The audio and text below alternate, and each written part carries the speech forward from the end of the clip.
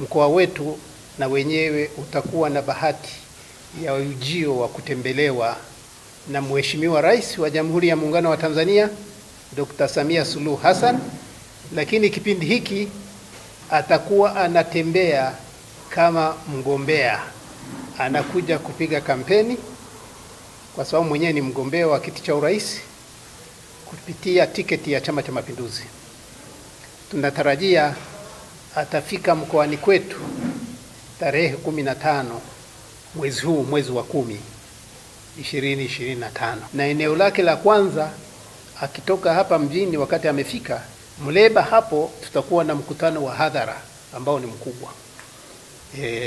Akitoka atasimama Kiaka na kuzungumza na wananchi ambao watakuwa wanamungoja pale, na akitoka pale atakuwa na mkutano ambao ni mkubwa ambao ni Karagwe, ambao kwa upande wa Karagwe ambao ni kituo kikubwa, lakini tungewaomba wale wanakagera wa Kyerwa na wenyewe waweze kusogea inapowezekana kusudi wapate nafasi ya kumsikiliza.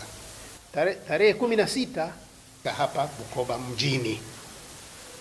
Kwa hiyo hapa Bukoba mjini ndio tunaomba wananchi wote wa Bukoba mjini. Sasa ndiyo nafasi ya kumpa raha, manaka amefanya mambo mengi hapa Bukoba mjini ambayo yalikuwa kwa muda mrefu yamekwama. Sasa wananchi wanahamu kusikiliza wategemee nini katika miaka mingine mitano ambayo anaiombea. Sasa wananchi tunawaomba vitu viwili. Cha kwanza ni kuhudhuria mkutano wetu ule. Ni wale ambao wako Muleba wahudhurie kwa wingi, wale ambao wako karibu na Kiaka maeneo ya Misenyi wahudhurie kwa wingi, Karagwe wahudhurie kwa wingi, na Bukoba mjini ndio tufurike kabisa.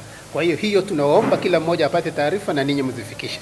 Lakini la pili, kwa wale ambao kwa namna moja ama nyingine watashindwa kuhudhuria hiyo mikutano, tunaomba wafuatilie kupitia vyombo vya habari mbalimbali